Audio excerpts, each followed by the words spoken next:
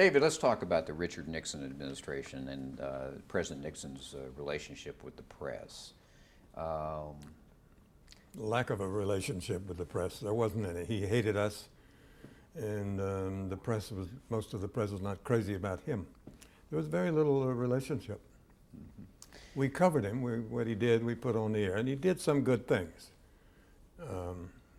Not as many as he might have, but he did some. The devil is due. And he had a vice president who nobody liked, and for good reason. Spiro T. Agnew. Spiro Agnew, who was a joke. And he hated the press, and the press is not entitled to hate anybody as a press. It's not our job to hate or love. Our job is to tell you what happened. And I think we did that with Nixon in reasonable fairness, though it was difficult. He tried to destroy me by planting false stories in the newspapers, which never worked. Nixon or Agnew? Nixon did. And I have copies of some memos he wrote saying I was the worst. I don't know why he said it. I never liked him, but I didn't admire him. I had no respect for him. But I never attacked him on the air. I never said anything particularly ugly about him on the air. I quoted what he said, and Agnew was simply a cheap crook, taking money in brown envelopes in his office next door to the White House. And so it wasn't a very happy period in this city for the press or for anybody. Mm-hmm. Did you ever meet with Nixon personally? What were your impressions of him as a person? My impressions were that he had a good mind and a stunted personality. He could not deal with anyone, could not deal with people. When somebody he didn't know, some foreign dignitary or whatever, was coming to see him in the White House, he'd break into a sweat. He would call Henry Kissinger in before the visitor was allowed in and cross-examine Henry Kissinger for half an hour about this man coming in. Tell me about him. What's he for? What's he against? What's his background? Blah, blah, blah, blah, blah. And he would sit there with a yellow pad, legal pad, and write all these little details about the visitor who was waiting outside to come in to see him. And he was in a sweat. Why? Maybe you can tell me why. I don't know why. He was the President of the United States. But he was terrified of any little tin horn visitor who came from anywhere in the world with a right to get in to see him for whatever reason. And he couldn't handle it, social relationships at all. He wasn't any good at it. He was certainly not stupid. He was a very bright man. But as I say, socially stunted is the best description I can think of. Well, compare and contrast him with LBJ. LBJ was a backslapper, a Texan, who could be funny, who could also be quite vulgar. He extremely vulgar, so much so that I can't give you an example of it that you could make any use of. He told me a little joke, which may or may not be true, but he so enjoyed telling it, he told me 4 times. When he ran for the Senate the first time, he gathered his friends together at a graveyard at night in the dark with flashlights to take names off the tombstones and enter them in the voting rolls and show them as having voted for him. And he had several people working their way down the rows of tombstones, and they came to one that was old and overgrown with moss and dirty and hard to read, and he shouted across to Lyndon, "Lyndon, I can't read this, I'm going to skip it." And Johnson said, "You will not skip it. He's got as much right to vote as anybody in the cemetery." He loved that story. Probably true, I don't know, but it doesn't matter because it's funny. Well, the NBC nightly news, of course, changed with Huntley's retirement, and what was the new format when Huntley retired?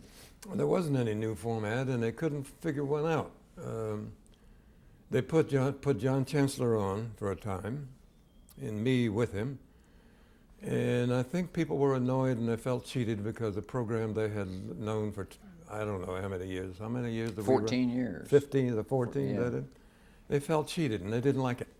And Huntley retired and they felt it was not a nice thing to do. And it never worked. So I began looking around for something else to do. I didn't want to do any more of that. I had enough of it anyway. And I figured Chancellor could do it alone and let me out.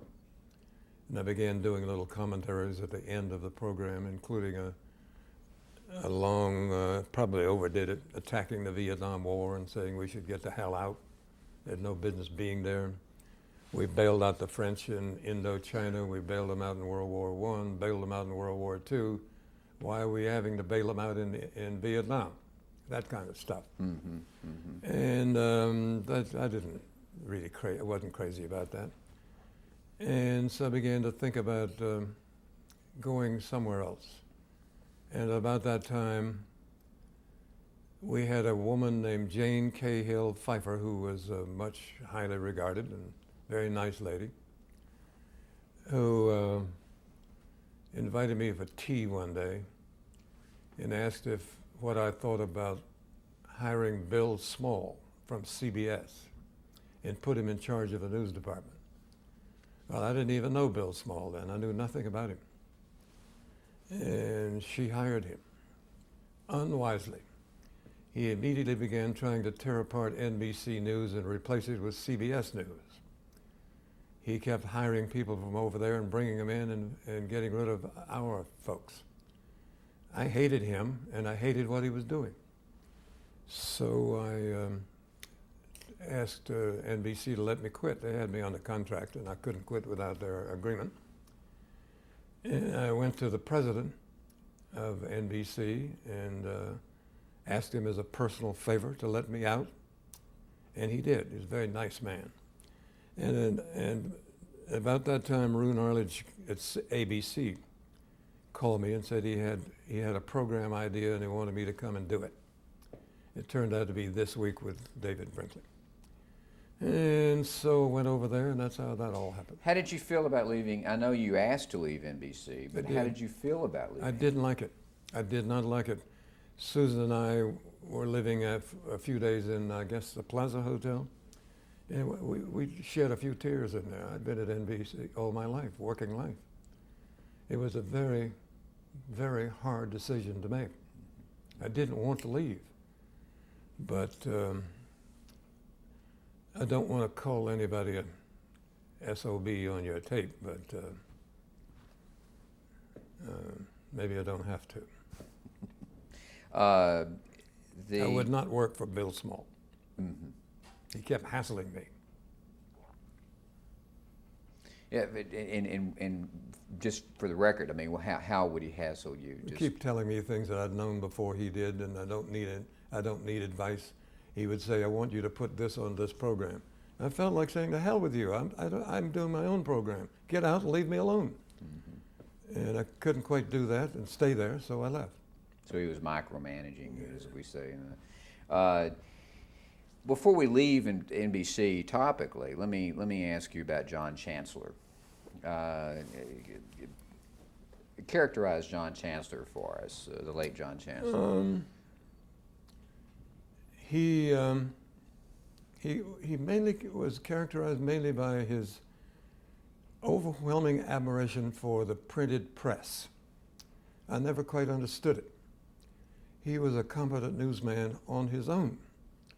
But nevertheless, he would always defer to anyone who was in our company, on the air or otherwise, who was in print, because he thought they were smarter than we were, or better than we were, or something. I never quite knew what his thinking was.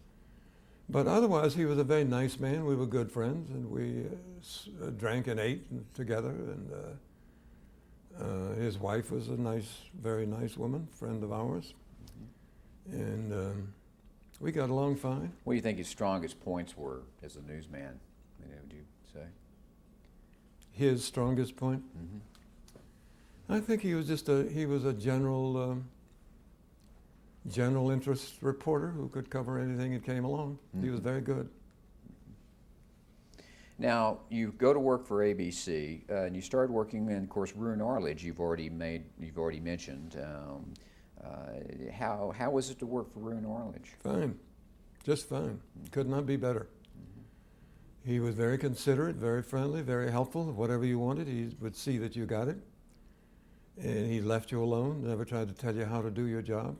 No, he was a perfect leader in the news business. Well, you'd been at NBC for 30 years or so, and you go to ABC. What was the difference in the operations?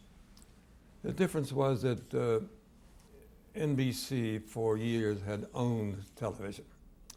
In fact, we invented television. We invented color television. I say we, meaning NBC. I had nothing to do with any of that. It was a grand and glorious institution that was a part of American history.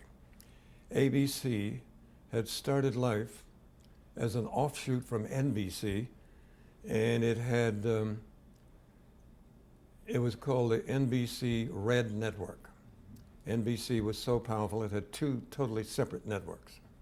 The Red was the good one, the big one, with the Bob Hopes and all of those great programs. The Blue Network was the weaker one, which had the poorer programs and the poorer local affiliates. And it was very strictly second-rate. Over the years, it stopped being called Blue, and it became ABC, American Broadcasting, when it was bought by the two gentlemen who took it away from NBC and made it independent. And so it was thought to be inferior in terms of prestige, if no other way. But it turned out to be a big success, and it was at times it came in ahead of the other networks. And Leonard Goldenson liked my work on the air and told I guess it was Ruin, to hire me, and had a blank check. Whatever Brinkley wanted to give it to him. So they paid me more than I've ever been paid before, so we made a deal. What did Ruin Arledge bring to news that made it so successful at ABC, do you think? He brings a tremendous spirit. You know, he invented, among much else, Monday Night Football, which was a monumental achievement. To get football on Monday night on your network, you had to move the earth almost. He did that. He had a program called Issues and Answers, is that what it was called? Really bad, a Sunday interview program run by a woman who was a total incompetent. And he wanted to get rid of it, and he wanted something to put in its place.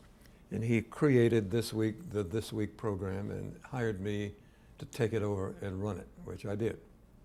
And he allowed me to offered advice, allowed me to pick the participants, and we wound up with the ones who were still there.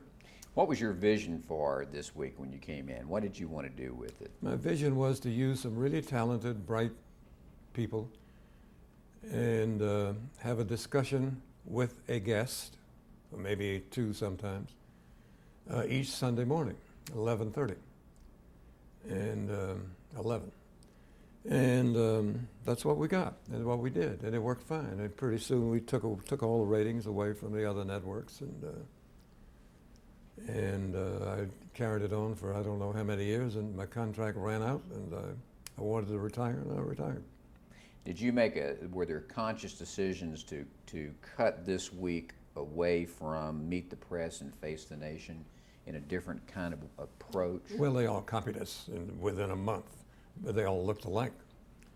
But we had better people, and we had better programming, and we took the ratings. But they all copied us. So you can't have anything exclusive on television. It's too easy to copy. Well, let's talk about some of there are three journalists in particular who have become very well known through their association with this program that you're talking about, with your program. And one of them we've mentioned earlier and off the camera, George Will. How did you get George Will involved in this? Well, we wanted a conservative. We wanted a sort of balance. No point in getting three liberals on who will all say the same thing. So we wanted a conservative, which George is, and he is an intelligent, I would say brilliant conservative. You don't have to agree with him, but you have to admire his ability. And I do. We are good friends. He's a little too conservative for my taste. I'm not a radical, but still, I'm not quite as conservative as George is, and I picked him because I've his columns in Newsweek, and I knew him, and I knew he was brilliant with the English language, and he is. He writes beautifully and talks beautifully, and he's right-wing, yes, but he's sensible. He's not a stupid, screaming radical. He's a very sensible, bright, enviable man. I like him a lot, so I put him on. What about Sam Donaldson? Sam Donaldson is just a part of ABC, and he knew more about ABC than I did since he'd been there forever, still there. And I liked him. He covered the White House. He knew a lot of politics. He was articulate. He could tell a story effectively and quickly, both of which are essential.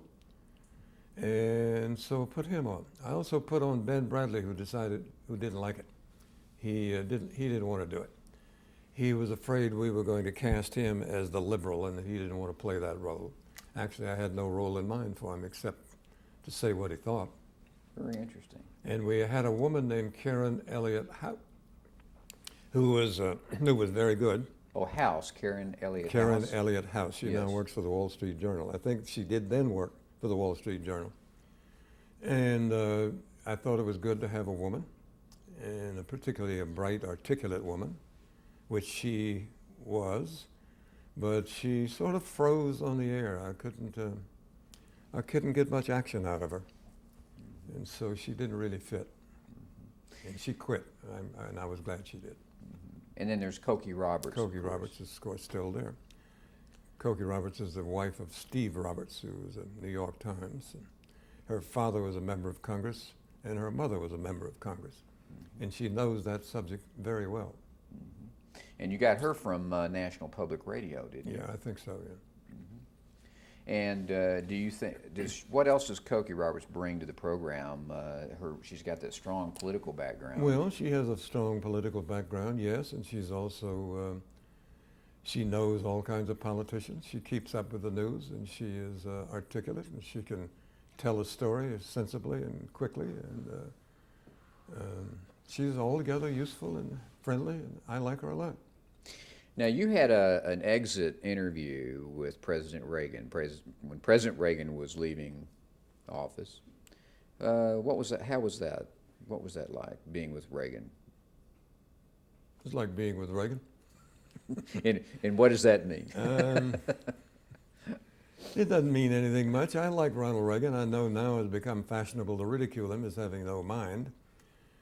And he was not an Einstein, but then neither am I. Neither are most of us. He's a very nice man.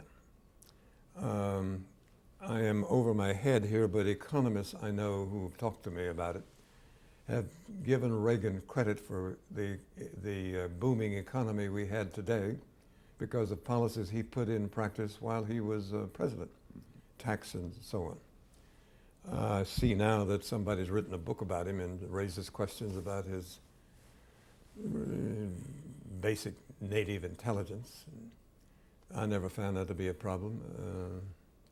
He was a likable man, and I liked him, that's all. When you interviewed him, did you feel that you were getting scripted replies, or answers, or did he seem to be comfortable on his own? I only asked him questions I thought were suitable and applicable to him. And so he could answer them all, and he was okay. He was fine. Mm-hmm. He's not a great orator, but who is? Mm-hmm. Now, why did you decide to retire, leave television news? My contract at ABC was running out, and they wanted to renew it for a long time, and I was tired of getting up at 5 a.m. on Sundays. You know what's so horrible about getting up at 5 a.m. on Sunday? You wake up, the clock wakes you up, but it doesn't tell you what day it is. I'm serious. I have occasionally had to get up, put on a robe, go outside, pick up the newspapers off the front lawn, and look at them to see what the day was. But at 5 a.m. on Sundays, the papers are not there yet. It's real torture. And once I even went to work on the wrong day because I could not find out what day it was. And, you know, they all look alike. At 5 a.m., everything is dark, there's no traffic, and there's no newspaper to look at. How do you tell? I tried to buy a clock that tells the day. There isn't any. So, anyway, that's not really the reason. I just had enough. I figured my wife and I were entitled to some free time, and I'm crazy about her. She's a wonderful woman. And we needed some time to ourselves to travel, and we might want to move away from the big house we were keeping up. And I thought I'd like a little more time to myself. I've been working all my life. So, Well, of course, when you retired, Bill Clinton was president, and as we're doing this, he is still president. right. And you also had a famous interview with him that was preceded by a famous incident. Let's talk about that. Well, what triggered the interview was an election night summing up program in which Peter Jennings was the presiding officer and did not know how to do it. He switched us from studio chit-chat to live network television without telling us. I did not know we were on the air. And I've been around long enough to know to be careful about that. I didn't know the microphone was still open. So I offered some opinions about Clinton that were less than flattering. They weren't vulgar, but they were not flattering. And it was bad taste on my part because people thought that's what I was talking on the air. I was talking within the studio. When did you realize you were on the air? Sometime later, a few minutes later. As I say, Jennings was hosting the program, if that's the term, and he didn't bother to tell me we were going on the air. So I didn't know it. But still, as long as I've been in broadcasting, you never say anything before a microphone open or closed that you don't want to go out because it's stupid. So I was stupid. It was my fault, not Jennings, it was mine. Well, then that was followed. You had already had an interview scheduled with President Clinton? No. I called. I was urged to apologize to him, which I declined to do because what I said about him, I meant. There were no lies, but it was not polite. Who urged you to apologize? Who went? Who urged you to apologize? Oh, everybody. Oh, okay. And I talked to some of his people, and they said they would schedule an interview if I would say a few words of not apology, but something. And I agreed to that. And all I agreed to say to him was that we are always polite to our guests, and it was not polite to you, which is true. I wasn't. That's all. They settled for that. And then we had a regular, normal, standard interview. So he didn't act any. How did he act toward you when you were in the interview? He's a politician. Any publicity is better than no publicity. And no, he was good about it. He never said a word. Well, after you retired, you became the commercial spokesman for Archer Daniels Midland, and caused a little bit of a stir by doing that. Being widely misunderstood. My deal with Archer Daniels Midland is that I will never mention the company. I will never sell anything. I will never mention any product. I will never do anything commercial. And I don't. What I do is describe various problems that occurred in the broad world of agriculture, such as all of the land being used up for golf courses and ramblers in the suburbs and so on. I've never mentioned ADM on the air, never mentioned any product, never done anything commercial. but it is within a commercial of theirs, and so I get the credit or the blame for doing a commercial. When in fact, I've never done one in my life. So it's really incorrect what I said, that you were a commercial spokesman for Archer Daniels Midland. Well, I'm not, because I write them and they don't. Yeah. How do you feel about the reaction of the press to the? I was very disappointed. I thought they were very unfair.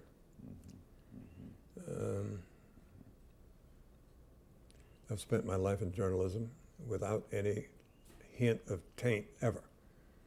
And suddenly they were all giving me hell for being a turncoat, and it really hurt.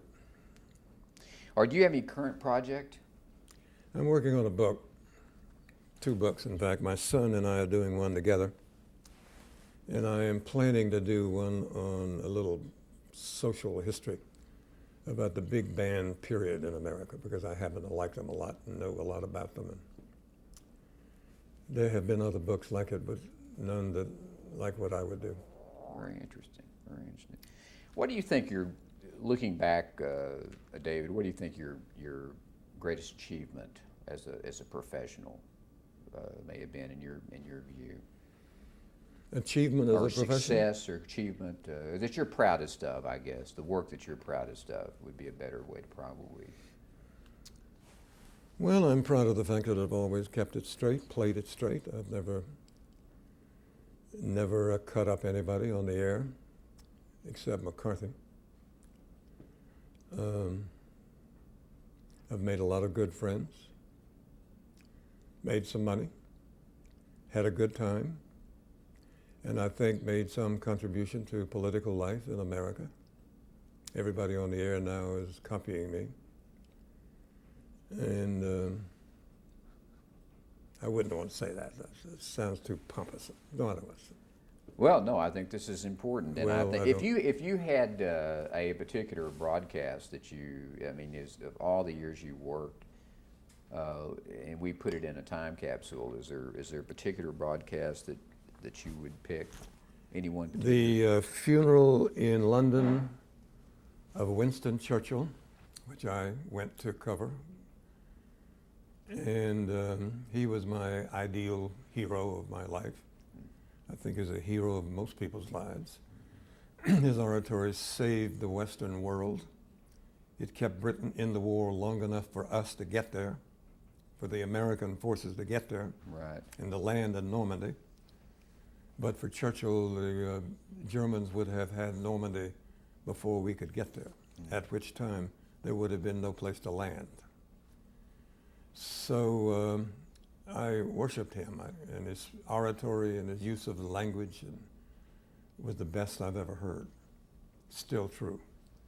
So when he died, I was very sad, and NBC hired an airplane.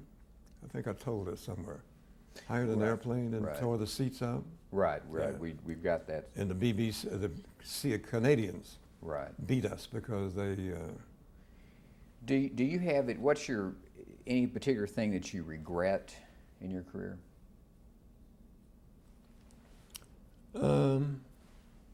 Yes, I regret the nasty comments made by my friends when I did those little items for Archer Daniels.